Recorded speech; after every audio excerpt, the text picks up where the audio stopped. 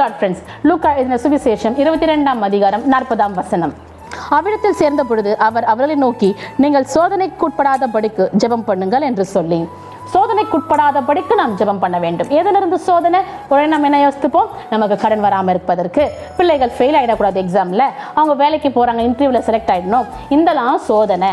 இல்லை நமக்கு வியாதி வந்துருச்சுன்னா சோதனை, நமக்கு வாழ்க்கையில் வருகின்ற நெகட்டிவ்ஸ் எல்லாமே சோதனை.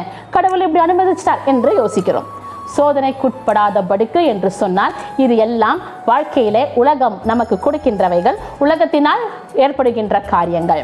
பிசாசானவனால் வஞ்சிக்காமல் இருப்பதுதான் சோதனை.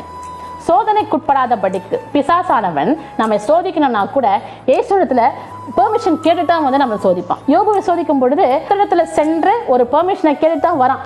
என்ன பண்ணாலும் யோபு என்னோட நீதியை நிலைத்து நிற்கிறவர் என்று சொல்லி ஆல்ரெடி கர்த்தர் சாட்சி கொடுத்து விடுகிறார். ஆனாலும் கூட நான் ஒவ்வொன்றாக யோபு எடுத்து எடுக்கிறேன் பார் என்று சொல்லும் பொழுது அந்த விசுவாசத்தில் யோபு நிலைத்திருந்தார் என்று பார்க்கின்றோம்.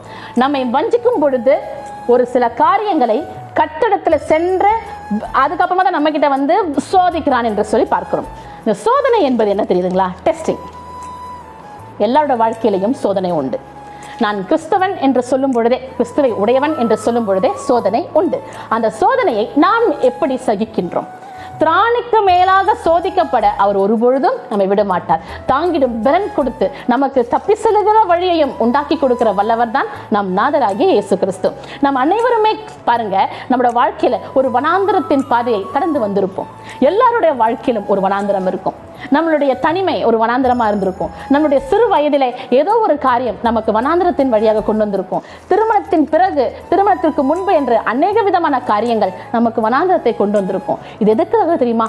அவரோடு கூட உறவு கொள்வதற்கு, இன்னும் நெருங்குவதற்கு.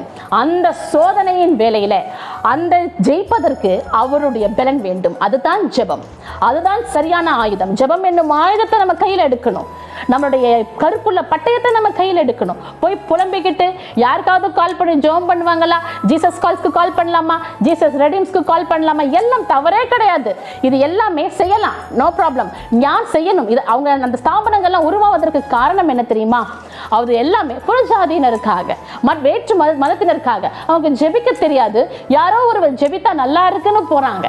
உங்களுக்கும் எனக்கும் ஜெபிக்க கடவுள் கற்றுக் கொடுத்திருக்கிறார். இயேசு கற்றுக் கொடுத்திருக்கிறார். எப்படியாக? பல மண்டலங்களில் இருக்கிற பிதாவே, உம்முடைய நாமம் பரிசுத்தப்படுவதாக, உம்முடைய ராஜ்யம் வருவதாக, நான் சோதனைக்குட்படாதபடிக்கு தீமையை நின்று என்னை ரட்சித்துக் கொள்ளும் என்று சொல்லி அழகாய் நமக்கு ஜெபத்தை சொல்லி இருக்கிறாரே.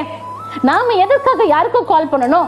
யாரோ ஒருவர் எப்படி அதை எடுத்து நமக்காக ஜெபிக்கின்ற அளவுக்கு இயேசுவானவர் எந்த பேரியரும் வைக்கவே இல்லைங்க.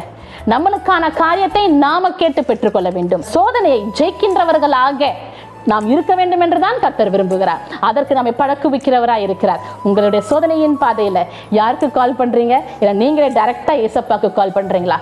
சிந்தித்து பாருங்கள். Have a blessed day. Praise be to God.